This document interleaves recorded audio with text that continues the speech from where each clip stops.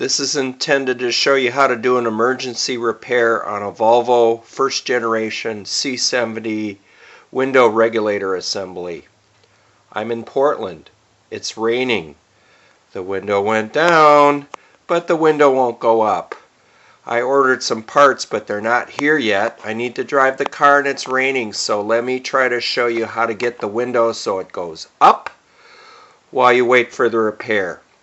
So this is really only feasible if you're going to repair it yourself. If you're going to take it someplace, just throw a tarp over it and wait till it stops raining to tow it off. But if you're going to fix it, there are window repair parts available. The window repair parts consist of these cables here. If you can see them, hopefully I can show you the cable here. This is one of the two cables. You can see on the end the cable got all bent up and it jammed up inside the motor assembly and it wouldn't go up or down. So this cable is pretty messed up. Here's the other part of the cable, and you can see how that's perturbed too.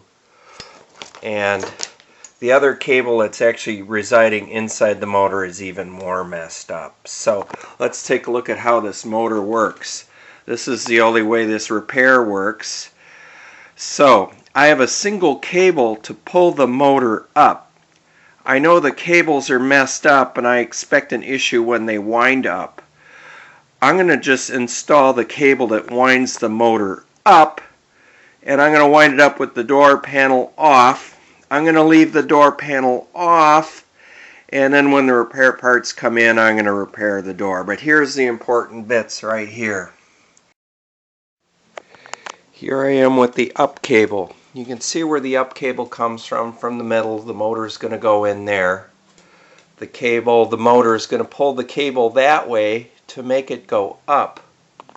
So this is the only up cable. And you'll notice it goes to here and it fastens in a slot on the other side that I'll show you in a bit. This one pulls the window up. The other cable on the other side just evens out the descent on the other side. So that cable actually pulls down, and then when the motor turns to go up, it'll allow it to go up. But this one here is supplying the motive force. So this is the cable I'm going to replace. So this is the cable that pulls directly up. You can see it's heading towards the middle of the car where the motor is going to be. It goes around here, and then it fits into a slot on the other side here. So when the motor turns, this pulls directly up.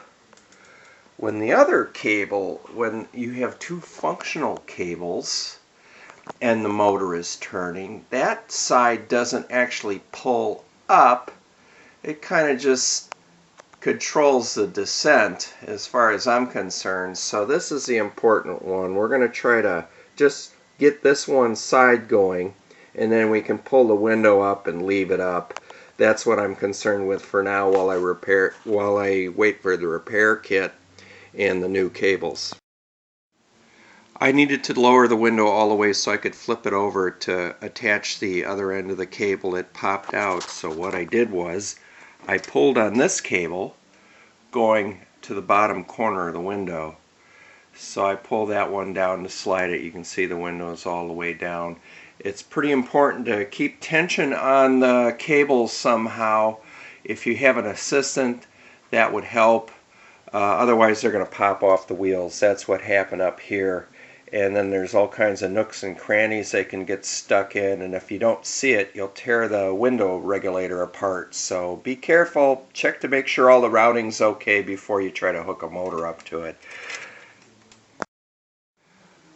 Okay, so I flipped the window over. I put a towel down to protect the glass from the motor.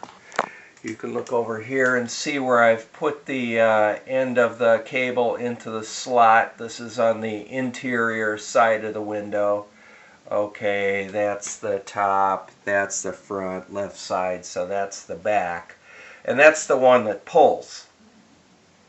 You can also see how messed up that cable is. So this cable, one side of the wheel was pushing, and the window wouldn't go, so it wrecked the cable completely. So that's why I'm just going to use one cable to get the window up. I'm going to tug on the other one, but I'm only going to hook one up to the motor and then fix it.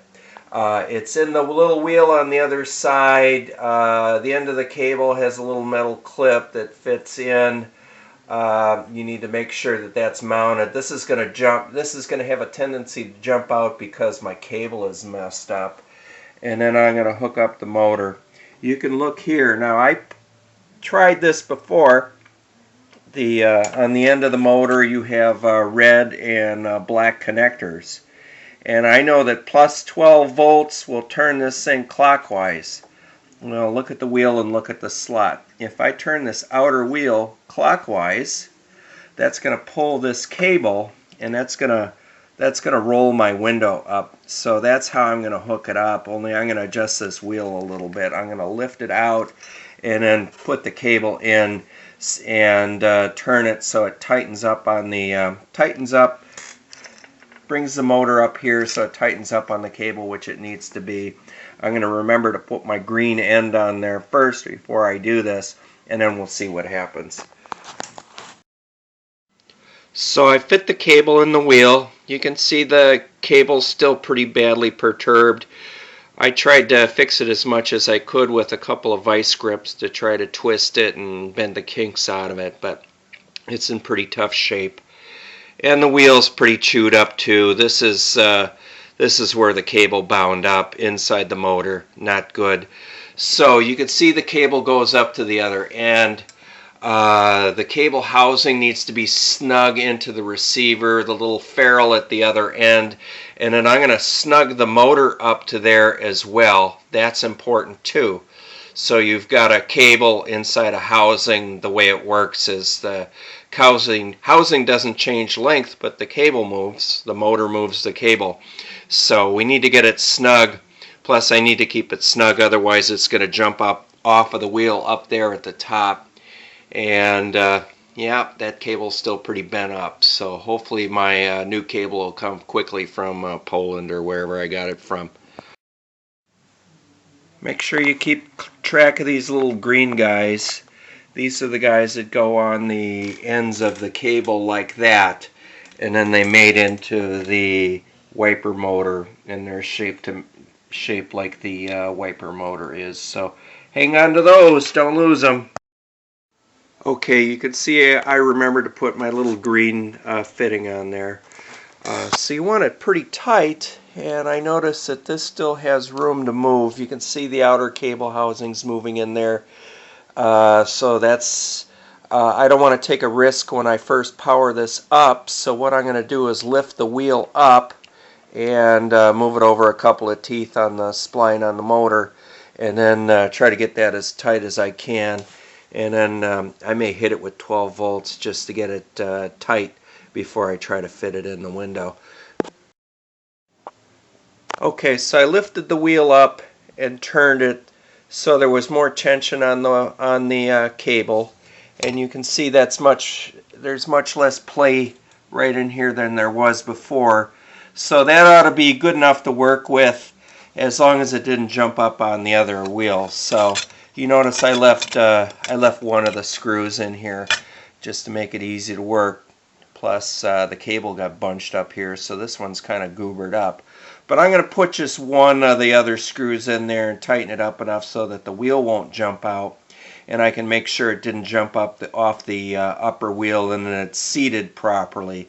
The other thing you should notice on this one, this has a bad cable, and the cable's sitting up a little bit high, so I'm going to try to push that down a little bit with a screwdriver. But the cable's bent, it needs to be replaced. Okay, I got 2 screws in the cover. One thing you'll notice is the green fitting here. You'll have to push it towards the cable housing. You need to push it against the tensioning spring to get the cover on. Otherwise you didn't make it tight enough. So if you can just slide it over and put the cover down, or just put the cover right straight down, you get it tighter.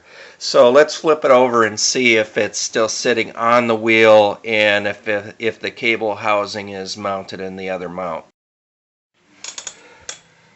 Okay, I lucked out. You can't see it very good, but the cable is tight against the mount. and it's still on the wheel.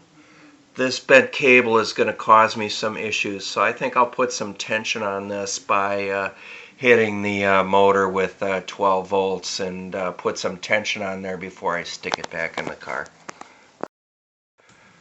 Okay, so I borrowed a battery charger to hit it with 12 volts, plus to the red and black to the minus, of course, and it did turn and raise the window a little bit, so I know I got the right.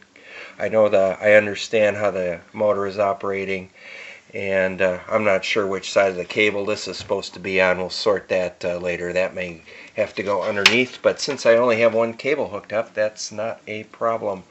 So anyway, most important thing there is touch. You can see that there's tension on it. The tensioning spring is holding the green, whatever this mount is called, in place. And I've gotten rid of most of the kink at the other end. And the sun's out, so I'm going to take the tarp off of the car and try to slip this in and get the window up before I start. One of the things here, notice I've only got one cable hooked up.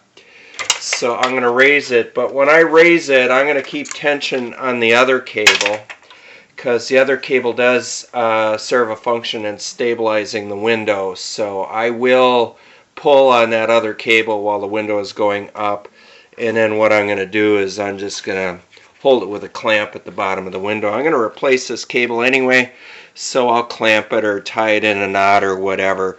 But we'll pull on the cable such that the window fits in the car okay, so I don't have wind noise. Okay, it worked. Here's some stuff to keep an eye on. You're going to have to do it when you put the repair kit in anyway. Pay attention to where the mirror is mounted and the shims. On mine they put some paint on it, but it flaked off. So if you can mark it with a pencil or something, it'll make it easier to align the mirror. The window went straight up, went up real easy. You can see over here is the other cable that I didn't use. I called it the go down cable, but look, it pulled almost all the way into the housing. So that one just retracted around the wheel and there was no problem. This is nice and taut. Doesn't look like the window is going to come down. I can bump it on the window and it seems like it's up there pretty good. I'm a little bit leery about how high to raise it. I sat in the car and raised it up so it seemed like it had a good seal, and then you'll notice that I unhooked the switch. And I'm going to unhook the power too, so I can't activate it from the other side. So unhook both of those things. Here's your emergency repair. You just need one cable to get it up, and if you can get it wound up on the one cable, you'll be able to fit one of those European repair kits. I suspect why it broke was that it wasn't properly adjusted, and then when it went down, the wheel wound too far the wrong way. You're supposed to be able to train it. There's some adjustment. I'll study up on that, but I suggest you do the same, because if the window goes down too far and the wheel is allowed to turn too far, it'll bend that cable and you'll be right back where you were before. But if you're in the middle of nowhere and you need to get the window up, that's the way to do it. You can do it, or you can have a mechanic do it, and that'll get you home. Hope this was useful to some of you. Thanks. Bye-bye.